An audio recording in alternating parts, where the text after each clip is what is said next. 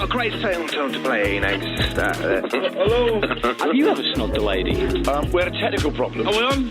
Yeah, we're on there. Can I swear? Shit!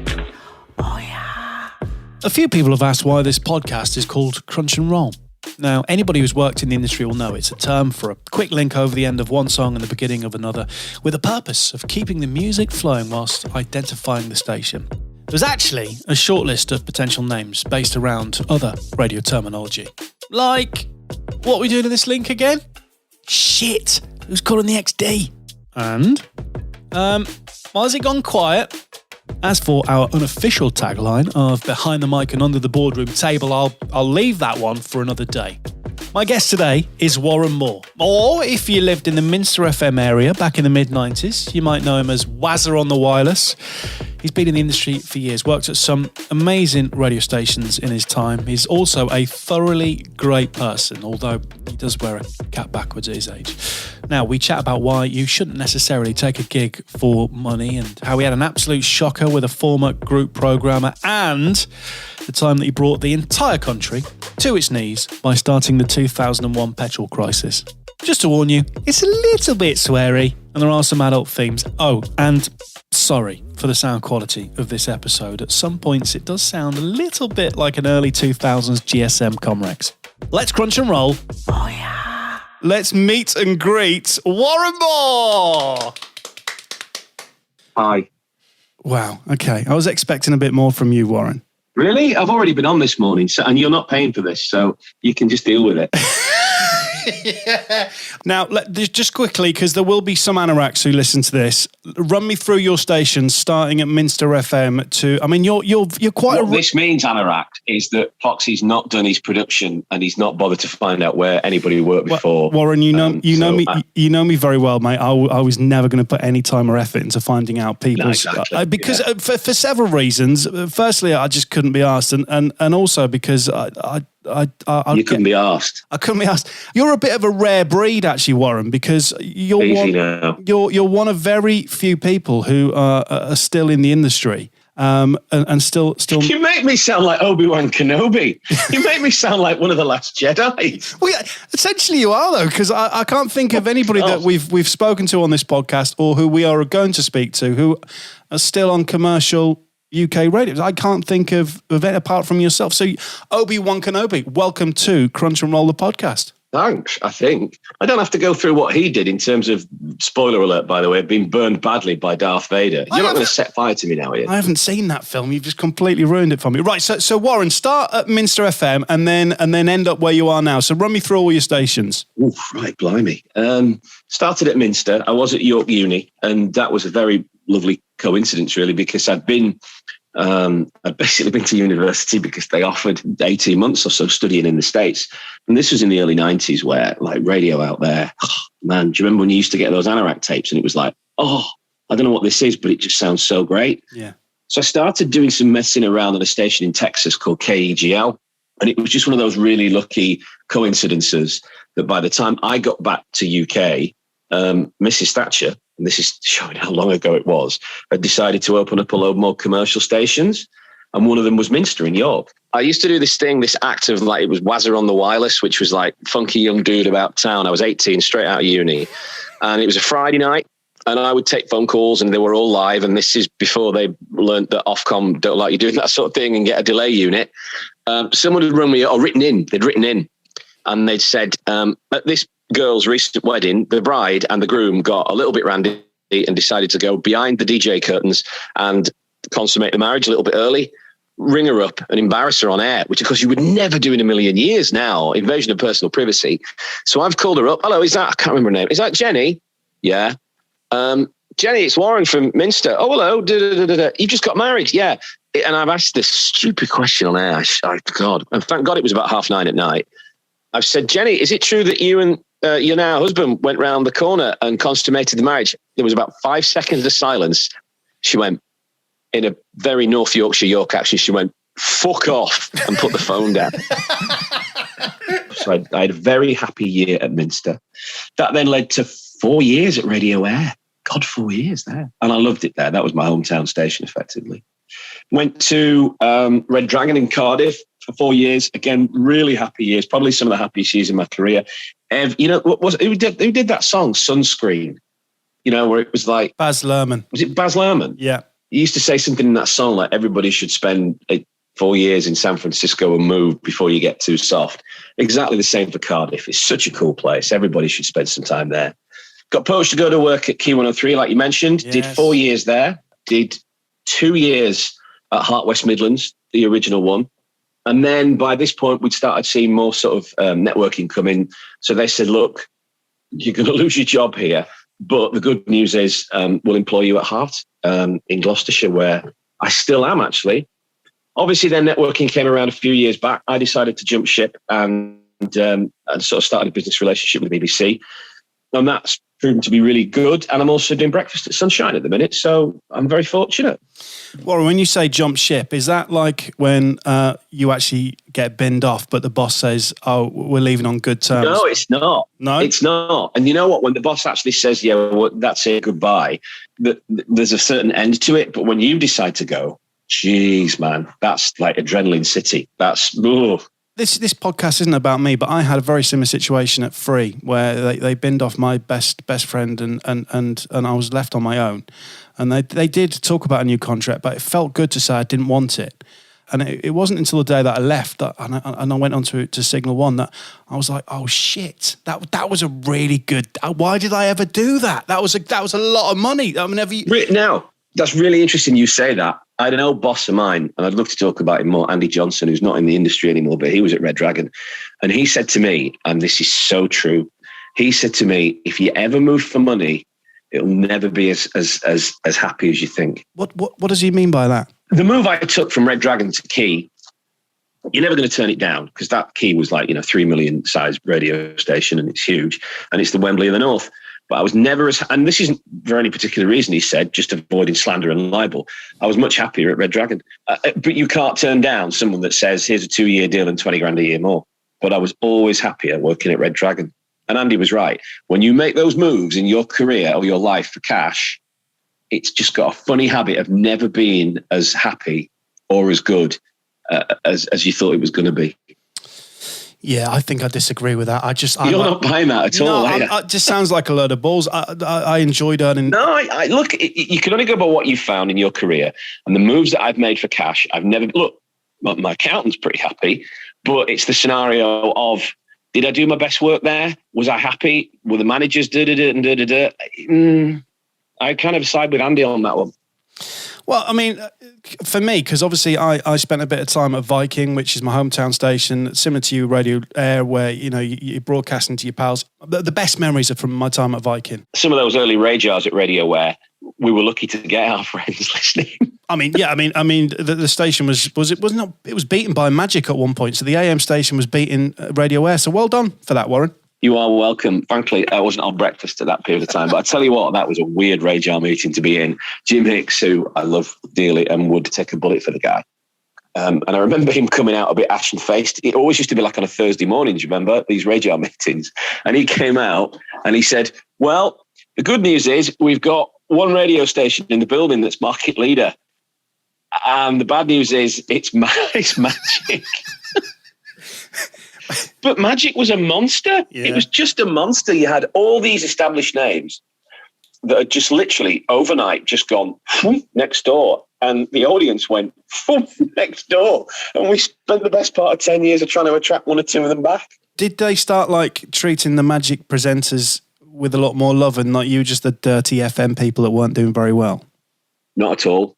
You know what? It was just nuts. It was because they had spent so much money on FM. And they got it so close because this goes back to, do you remember Paul Fairbairn? Yep. Great programmer Paul was. And he was the one that basically said in the days of Air FM, when literally it would have been cheaper to switch the transmitters off and do house calls. He was the one that was like, no, stop, this stops now. We're going to rebrand. And he did a fantastic job. He took it from literally £2.50 in a bag of nuts in Radar to just under 300,000. In fact, I think there was some Radars where he took it to over 300,000. But it was just not meant to be. Tracking had come through and it would be like, yes, we're going to take it to number one. And then someone else would do something, like the Please Spike Radars from Magic. But when you have people like Peter Tate and Ray and all these different people, Ray Steadcombe and Paul Stetton, I forgot Ray's surname. But they were all legends. He can't be much of a legend if you can't remember his name. Oh, Ray Stroud. That was it. Sorry, there Ray. We go. There we go. Oh, man. Do you know, you've made me feel quite sad because what I was eventually going to get onto, and I'm going to manipulate the story slightly because that's what we do. But I feel so doing shows on Viking. Everybody in EMAP. I mean, EMAP was great. I thought you said this podcast wasn't about you. No, it's not. But I want to get onto Key 103 because, as I say, I'm getting repetitive stress injury of you saying. When I was on Viking... The reason I mention it is that you preferred doing Red Dragon to Key 103 because anybody within EMAP that wasn't at Key 103 or KISS just dreamt of being at Key 103 because it was just a huge station, wasn't it? Oh, You've got a missus and a family, right? For me, it was always a station of I felt my happiest in my... family status and whatever when I was in Cardiff. Now, don't get me wrong. I love Manchester. I love the city. I still support my team up there, Man City. And it was wonderful. But the station at the time, and I've since talked to some of the people who were managing at the time, found it was very volatile. That marketplace, God, it was like Vietnam. I mean, it would be up one minute and down the next. There were a lot of people making some interesting decisions at the time that were a bit different. I think EMAP at the time, before it went to Bauer, didn't quite know what to do with it. And I had come from a station which, although it was Red Dragon, it was run rigidly by Richard Park and Clive Dickens, who were very, very clear on what the sound was, how they wanted it to sound, the music. You had great programmers there like Andy Johnson, he used to have this filter thing, basically, Foxy, of everything goes through a filter. The music, what we say, how we say it, the way that we reflect lifestyle in South Wales. It was so focused and it was very, very successful. I came to Key and within the space of 2 years, they'd changed breakfast about 3 times before they finally settled on Tools, who was a great broadcaster. So it was choppy, it was changing, the music would change a lot. I don't think they quite knew what they wanted to do with it themselves. And so therefore it kind of just reflected that in Radar. There was a management change, a full clear out, and it was just really unsettled. Do you know what I mean? Yeah. Anybody that was around at that time would say that Radio City had the success that people thought Key had.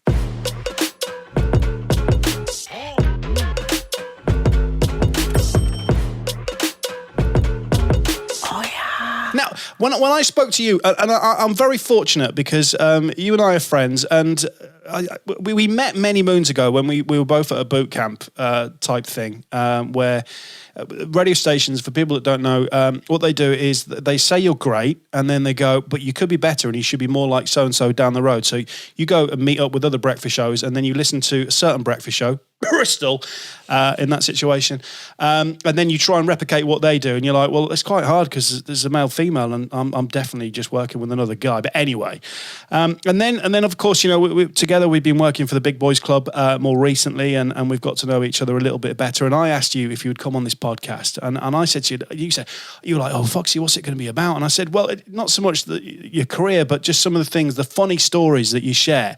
And I said stuff like being drunk on air. And you said, Warren, that you've never been drunk on air. Don't treat me like some sort of leper for saying that. I genuinely, I don't believe you. I think you're lying. I think you. No. Tell me the truth. Not at all. Never, ever. And I think it was because I've got 2 stories. One, there was a guy when I first worked at Minster called John Dash, who had it in our contracts that you couldn't even have alcohol on the premises. Right. And I was like, oh, okay, right. Now, afterwards, we'd destroy many a brain cell in the pub around the corner, but it was never, ever brought on the premises. And the other story that put me right off it, I will mention the radio station, but I won't mention any names if that's okay. We'd had a Christmas party on a Thursday night, and one of the overnight presenters had been to the party, had a bit too much, and passed out on air. And then woke up after, you know, like he must have heard the emergency CD kick in. And as that happened, he then threw up in the studio all over the desk. Yes. So at that point, you kind of, and literally, the managing director and the boss at the time said at 9 o'clock, you'll be in the office and we'll have your key card. Goodbye. Thank you for coming, sort of thing. So that will leave an imprint in your mind as this is why we never drunk on air. I've been hungover many a time, but never drunk on air. I've just got an image of the engineer having to pick out carrots and sweet corn from the desk. They were out of that studio for about a month. They were in the little, if you've ever been to Radio Air, there was a little cubbyhole studio. Yeah. And they were in there for a while. And after a while, when the aircon doesn't work, you just go in there and go, someone been eating cheese in here? Someone a pizza? Yeah. It's just, so that, at a fairly early age in my career, it's just one of those things that was imprinted on the brain of, you do this, then that's the consequence. So we didn't play that game too much. All right. Well, you did also say to me that there was a story that you wanted to share about Princess Diana. Right. Well, I've since thought about this. And no, okay. Well, I think everybody, if you're of a certain age, what year did you start broadcasting? 2001.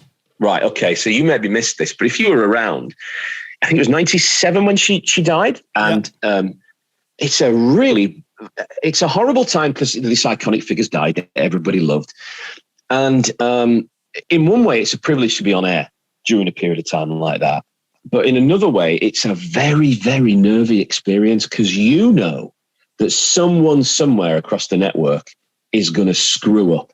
And you're just sat there thinking, please, gods of radio, don't let it be me. So we got a couple of phone calls in the middle of the night because you got to remember this is a time before Twitter and a time before, nobody really had satellite at the time, but I was lucky I did. And you could just get hold of CNN. And CNN at the time at 1 a.m. was saying she's been involved in an accident. And we didn't know, God bless her, what was about to develop. But by the time you woke up at 6 a.m, and I was on air Sunday mid-mornings, you knew something was going to happen and it was not going to be good. I have two stories about this. Which one do you want first? A or B? I want A, please. Story A is it was not commercial radio's greatest time. You know how everybody talks you through the importance of going through the obit procedure, and you're just like, oh, God, whatever.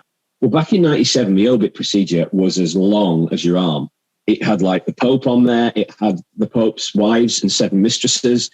It had leaders of the opposition and all this, that and the other. And what they'd done was trim it right back. And of course, her and Charles had just gone through the divorce. So she'd had her HRH status stripped. So technically, she was not on the obit list. But we'd have been told pretty much, right, just keep going to IRN at the top of the hour and everything will be fine. 5 a.m, without any warning, and the obit procedure hadn't gone off, they just made this announcement. It's with terrible regret that Princess Diana has died. So the poor overnight guy, who I'm not going to name, but his Christian name was Steve, really nice guy, does the absolute right thing because you used to get like a 2-minute update. And he rings the boss, and the boss is like, right, we'll come in, because you've got to strip everything back. The music's got to come back. You can't have any adverts on. It's just chaos. And he starts, do you remember that famous wind-up they used to have on IRN of it's 2 minutes past whatever, and then they come back to you.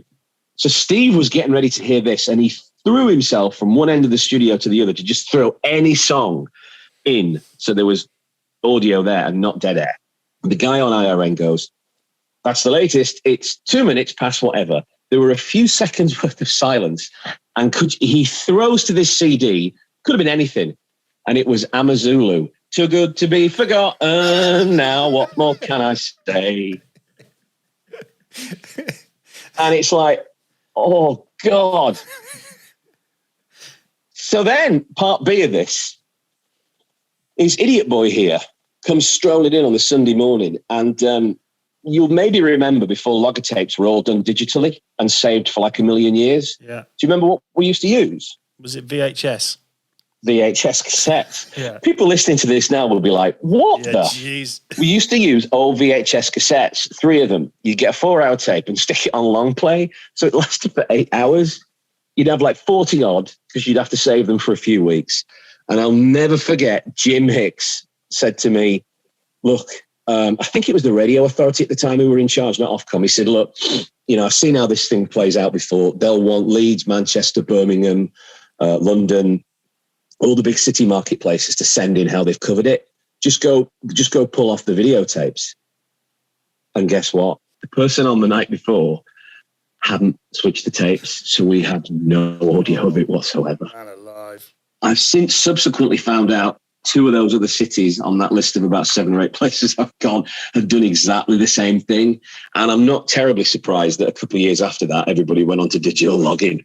But I will never, ever in a million years forget the look on the face of Jim when I had to go, you know, those logger tapes? Oh, Jesus, that was just, man, that was something. Now, I'm going to move on to something else now, Warren. And you're an honest guy. You're a nice guy. So answer this question with honesty. How many times did you blag a prize from Extracts and not mention it on air and then mock up the demo to send back to them? I'm going to make me sound like the biggest straight nerd. Oh, get fucked. No, seriously, honestly, because again, I think in this scenario, Foxy, I've been very lucky through other people's bad luck, right? Because I saw someone do that and get caught, and they were out the door. Warren, you're like the good boy of radio. No, I'm not. I'm really not. I can tell you, I was at a radio station once where they were playing. Do you remember the bong game? Like they'd call out cash amounts, and there'd suddenly be a bong, and you had to shout stop before the bong. Yeah. I was once at a radio station, and the presenter and station will remain nameless, where they would each week, and this is before producers did it and before you had to phone in on special 08 numbers and before you had to log everything down and take screenshots. Well, literally every day you could hear him on the phone going, okay, well, the bong goes at 300 quid, so cash out at 150 and you'd have a 50 split. See, this is the truth. This is the honesty that I wanted to get on the podcast, because we used to do a thing called That Film Thingy. We've all done it. Little clip from a film. Call in. Tell us the film that the clip's from, and it goes up by 50 quid, or at least it did where I was. You were on the bigger stations, probably went up by $1 million. And I just used to get pissed all the time. And if I couldn't afford me taxi home from the nightclub back to the marina in Hull where I was living, I'd just tell the taxi driver the answer. Wait, come on. I mean, you probably didn't, Warren, because you're like the good boy of radio, but we were all doing that, weren't we? When I was at Key, someone told me that Noddy Holder, who's such a lovely bloke, I think he was doing Saturday breakfasts, and they ran a competition which was a mystery voice thing. And like you said, whenever it was a mystery voice thing, you'd just go online or to old bits of tape and you just get, as he did on this occasion, a clip of Joan Collins, right? Guess who it is? And it went on and on and on and on and on. And nobody could understand why it was taking Noddy a bit longer. And I don't know whether this is true or not. If he ever hears this, I'd love to find out. Apparently what he was doing was, instead of getting a clip, he obviously was so showbiz, he had Joan's number and would ring her up on Sunday morning or Saturday morning and go, right, just say this phrase now. And he used to do it live. Amazing. That is a good I mean, they're the stories that you don't hear. I love that. Well, there's nothing wrong with commission. The dealer does a lot of work in order to... Well, I'm all for being open-minded, but I'm not all for discussing this live on air, thank you. We are profoundly sorry. Oh, yeah. Have you ever used the phrase, do you know who I am? God, no. Who do you... Because they'd go, no, I don't. When you were on Key 103 at Red Dragon, and you were doing... You have to understand the likelihood. The likelihood was that I'd be more known in the marketplace when I was at Red Dragon than I was at Key. You have to understand that. And it does seem strange for a lot of guys that were in and around EMAP. And I guess that's the case, because if you work for Capital Group, the cherry on top of the cake that was always promised was, or Capital. So I get that, but I've been at far more successful stations, and that's not putting Key down. But yeah, you got to understand that, yeah. But it's just... Someone once said to me, listen, son, it was my dad, actually. Exclusive. I don't know if you meant that gag, but that was good. Carry on. Yeah. I think he was my dad. Yeah. Listen, son, there's just a couple of letters difference between radio and rodeo. And I was like, yeah, you're not wrong there. Wow. And it's true. He had a great way of, because once you get on the radio a little bit and you think you're Billy Big whatnots earning 30 quid for a 5-hour shift, you think, I'm it. You think the business, and he had a fantastic way of just bringing me down and putting my feet on the earth. So I probably had a bit more ego. You'll have noticed this back in the days where pop stars used to come in. Yeah. Before it was all done networked wise and sent via satellites. It was interesting. They'd be very nice to you at the beginning of their career, and they'd be very nice once they've made it. In the middle, they could be arseholes, real arseholes. Yeah. And it's no different for anybody else. You know, when you start working, I thought I was it when I moved from Cardiff to Manchester. You know, you move to a much bigger marketplace, or times when I've done bits in London and stuff like that. But actually, at the end of the day, there's no difference. It's not, you know, anything spectacular. Right, sponsored car. Do you have your name on the side of a car? I did, and it's a terrible, terrible thing. There's a family somewhere near Bridgend Cemetery who still must think I'm a complete tosspot because I overtook a hearse. And then it's that shocking realisation that that the car that's on the other side of the road isn't happy with you. The car you're overtaking is an effing hearse. And 2, your name and the radio station's emblazoned all over the effing thing. Man. They are dangerous vehicles. They are very dangerous vehicles to have. Well, tell me, what car was it? And give me the colour and what did it was a nice one. Really nice one. Was it? It was a Volvo. This was back in 98, a brand new Volvo S40. It was beautiful. I also learned sometimes that a good bit of market research is leaving your car outside and coming around on a Sunday morning to find someone to get A, thrown up on it, and B, a kebab was sprayed all over the front of the vehicle.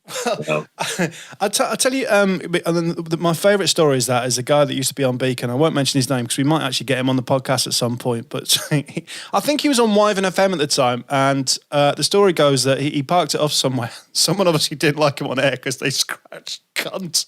Oh yeah, completely on the roof, and then he had to take it back to the dealer and say, "I'm really sorry, but you've got a rude word scratched on the top of your car." But nothing says partridge and nothing says ego more than a commercial. You'd never find it in the BBC. In fact, Global learned the lesson when I was working for them that actually their staff went out in cars that were not logoed up at all for that reason. That you might be number one in the marketplace, but if there's 50 people that don't like you, you're going to spend a fortune on tyres. You know what I mean? Because it's going to get slashed. Yeah. What has been your biggest on-air fuck-up? Biggest on-air cock-up? Okay, you've toned down the word, but yeah, we'll go with that. See, he's such a good boy. Don't tell me in the... No, listen, you're talking to the guy. Well, the thing that you have to say is the petrol crisis thing. Go on.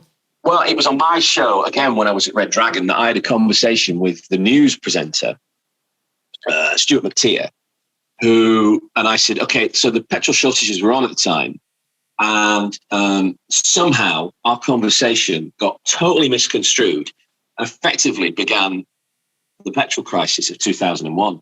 If you Google it, you'll see it. But it was just bizarre. Again, I was very fortunate because what happened was I'd sort of set him off the back of the news. Remember those days when we used to talk to newsreaders? And I said, okay, so there's a lot of rumours going around, Stuart, what do you think? And he said, well, we've heard nothing. It's fine. All right, off we go. Bang, that's it. Later found out that a couple of people that were listening at a local police station had thought, oh my God, this is terrible. They then rang up all their friends and said, get in a queue. So that was a very nerve-wracking experience because you had lawyers coming in from everywhere saying, national newspapers saying, well, what on earth, this Red Dragon, what have you done? And then we had to go back to the logger tapes. Again, they weren't digital at this time. It was all on reel. And it was like, is that what you've said? Is that all?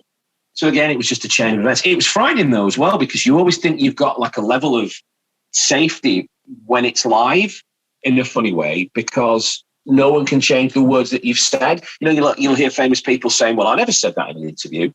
But what it really frightened me and affected me and everybody at the radio station, and I think within Capital Group, because once they heard it, when they'd actually seen a transcript of it, they were like, how on earth can that get misconstrued into something else? And then, of course, you know, we've all had those complaints. You can see how it happens where you say something and a listener's thought you said something else. We've all had those. But that was terrifying. So that's probably the biggest cock-up, which actually wasn't a cock-up, but it was a very difficult time. My dad was living in Scotland at the time, God bless him.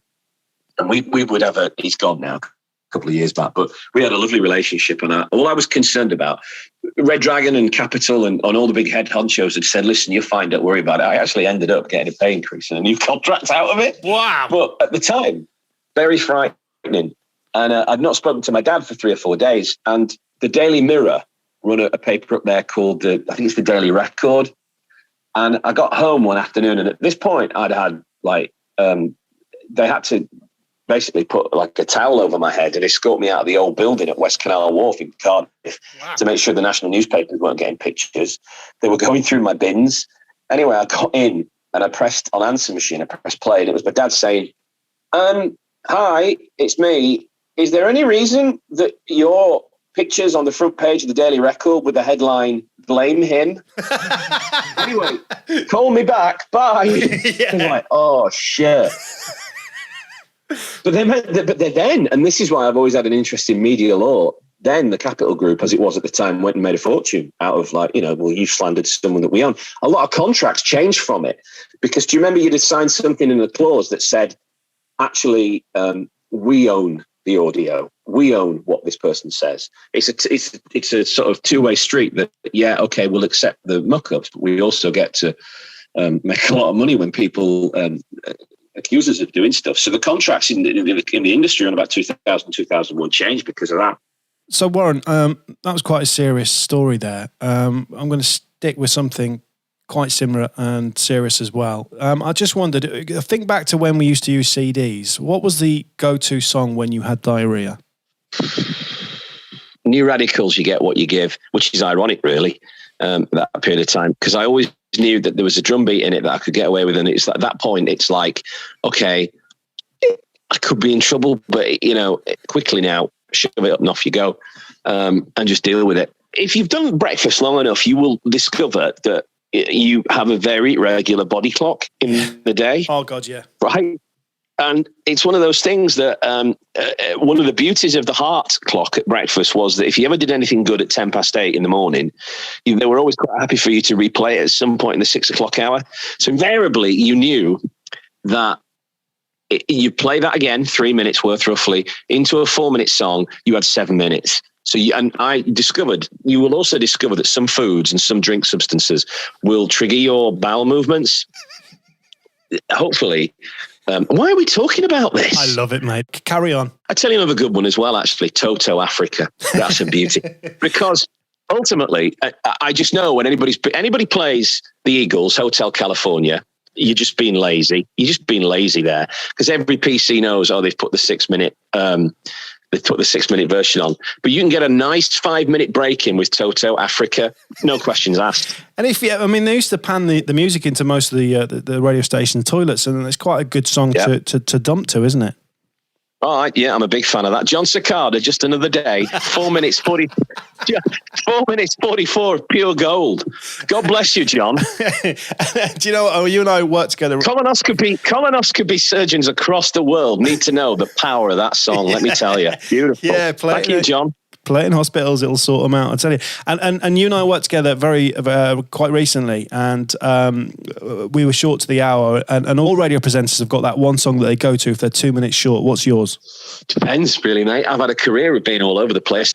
And again, it just depends what station you're on. Lady Gaga, Rain on Me. God bless you, Ariana Grande, at 2 minutes 30 odd. You just, Oh, yeah. Do you remember when the PC used to ring the XD? Yeah. God, that could be terrifying. An old mate of mine who I got to work with a few years back, who he's just a great bloke, Pete Wagstaff. He would be a PC in the station that you mentioned before at Beacon, and when he admitted to me this is what they did. He'd get up for a pee in the middle of the night, and he'd just every now and again ring up the studio at 2 or 3 in the morning, and the poor guy, without even, hello, XD, what's happening? And the presenter would always go, well, it wasn't my fault. I hadn't done anything. I used to love Waggy. It was a lot of fun. Do you know, I mean, talking about bosses and not so much ringing the XD, but I remember one of my favourite, Paul Kay, who was the boss at BRB for a time, a superb boss, amazing guy. He actually sat in the studio whilst I was doing a show with his laptop open, but I couldn't see what was on the screen. Could you, like, I was just genuinely, I was like, what is going on here? I've got the boss sat listening to me. Every single word that I say, it was just so off-putting. And then I went for a wee and I walked around and he was playing Angry Birds. He wasn't even doing any work. He wasn't listening, paying attention. He was playing Angry Birds. Well, he's working hard now because he's out with Rogers, the Rogers Group, isn't he? He's practically the head honcho there. I mentioned that when the restructuring and networking started in about 06, 08 actually, Hart had to let me go for about 3 or 4 months before the whole thing started up at what was Seven Sound and became Hart Gloucestershire, which we launched. And Paul came in for me, said, look, you know the Red Dragon patch. So I went back for about a month and a half. And I loved working with Paul. What a cool guy he was, right? Yeah, amazing. One of my favourite bosses. I had like a professional life with him, and then my wife, my now wife Leanne, was best mates with his girlfriend at the time. So we had a social life, and amazing programmer, could not handle his beer. Right after a pint, he was all over the place. Well, it must have been about 08. And it's funny you saying he was in the studio. It was a Saturday afternoon, and it was the year that Cardiff got to the cup final. They were a championship side at the time, and they lost. But he just, with no budget and no tickets or anything, he made it sound like we owned the radio that weekend. And unlike a lot of other bosses who just wouldn't give a monkeys because it was the weekend, Paul came in, he was editing stuff in the studio, he was keeping it tight, and it was just brilliant. And by this point, you know, I've been doing the radio thing for like 15, 20 years. And so you've kind of seen it all, but I'd never seen anything like that. And he just had a lovely way of making you feel like $1 million. And I would have liked to have worked with him more in my career, but yeah, what a great guy. Well, whilst we're on the subject of bosses, and for legal reasons, we will bleep out the name, but for other radio people, they might be able to work out who you're talking about. Who was your worst boss? I'm not going to, until this podcast is sponsored by a very reputable legal firm that specialises in slander and libel, then I will not be mentioning... You know what? If you're going to have any longevity to your career, and it doesn't matter whether you, as the old man would say, in radio or rodeo, by the time you get to 5, 10, 15, 20, 30 years, you are going to meet some shocking individuals who somehow have ended up in management. And one of my lucky things, but also quite unlucky things as well, was you talk about Paul being very formative in your career. I was so blessed at the beginning of my career with Francis Curry. Do you remember Fran? Yeah. What a programmer. Paul Fairbairn, just able to get down into the weeds and the real minutiae of format radio. I had Jim Hicks. Anybody that's worked with Jim will be doing an impression of him right now of, oh, baby, it's Jim. You know, by the time you'd finished working with Jim, you were ruined because you were never going to work with a better boss. I was really fortunate then that I met people like Andrew Robson, Andy Johnson, and you're just blessed. Now, you're blessed by having them, but it also really ruins you because you can get a perception of everybody in management's just as good as that. But the one thing, and there'll be people listening to this that have crap bosses in whatever strand of life you're in, they can teach you, and they do teach you if you pay attention, a lot more than the great bosses. Because do you know what? The bad bosses show you how not to do things and how not to be with people and how to be upfront with individuals and tell them the truth. And they're actually sometimes a blessing in disguise.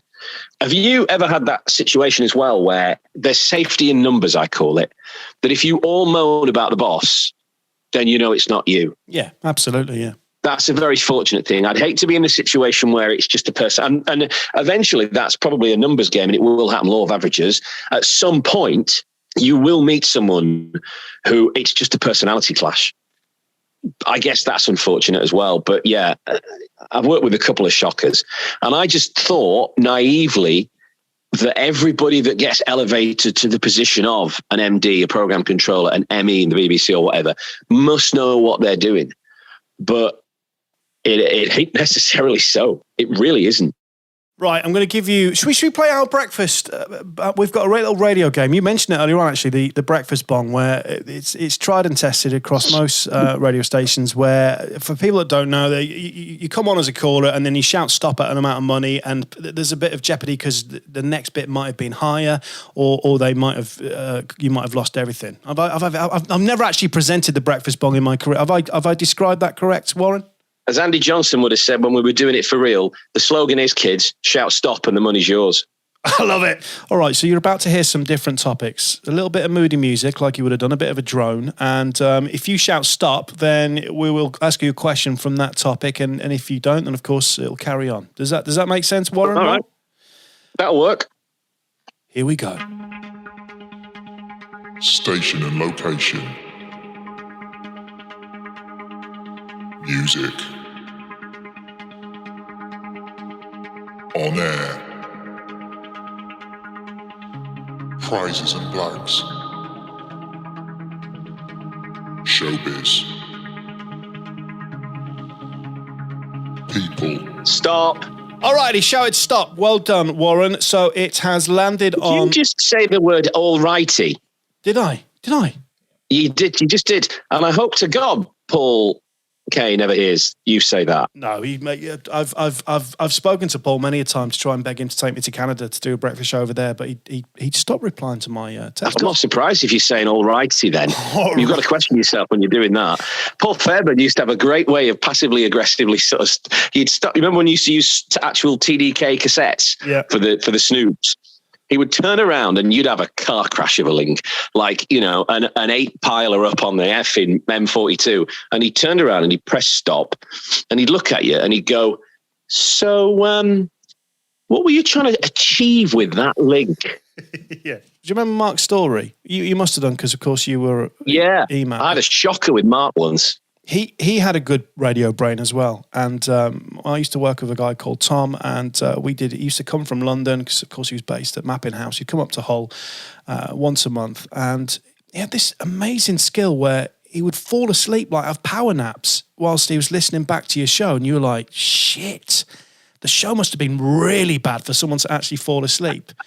But he'd have these little power naps, and then we'd all be looking at each other, and then suddenly he'd wake up and he'd go, yeah, I really like that bit. I wouldn't, he's Irish, isn't he? I wouldn't so much done that. And he was still going in his head. It was just incredible. Do you want to hear my Mark story? Yes, I do, yeah. And I know of his reputation and the brilliance in the Radio 1 stuff and setting up Heart and things like that, as he did in London. And Andrew Robson had just taken me on at Key, and he was like group programmer at the time, I think, in EMAP. Yeah. And I don't think Mark was a fan of mine in any way, shape, or form. So basically, this would have been in my first week, and Robbo called us all in, as he would always do for Snoop sessions. He was very good at that, and Mark just clearly didn't like what I did on the air at all. And I came out of there thinking, Jesus. So Robbo rang up afterward. I said, "Are you all right?" I said, "That didn't go very well, did it?" And he goes, "No, he didn't think you should be on key." Wow. Okay. And I said, okay. And he said, well, don't worry. Just to remind you, I run the radio station, and you've still got a 2-year contract.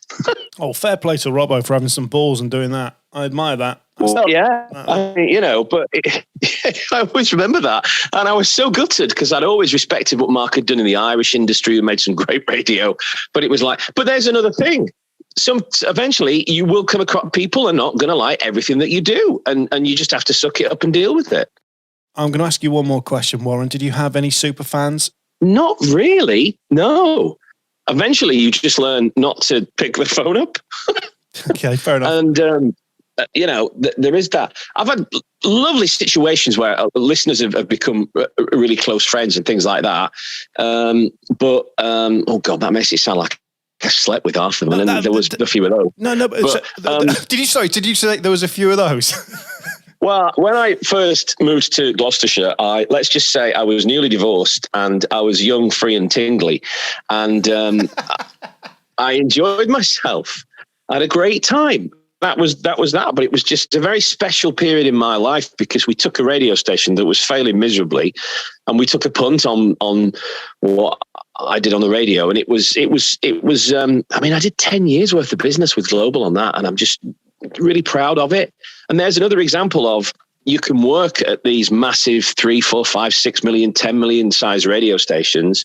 But actually, the one that I'm proudest of is the 10 years worth of breakfast I did on Heart Gloucestershire, which is sub 600,000 TSA.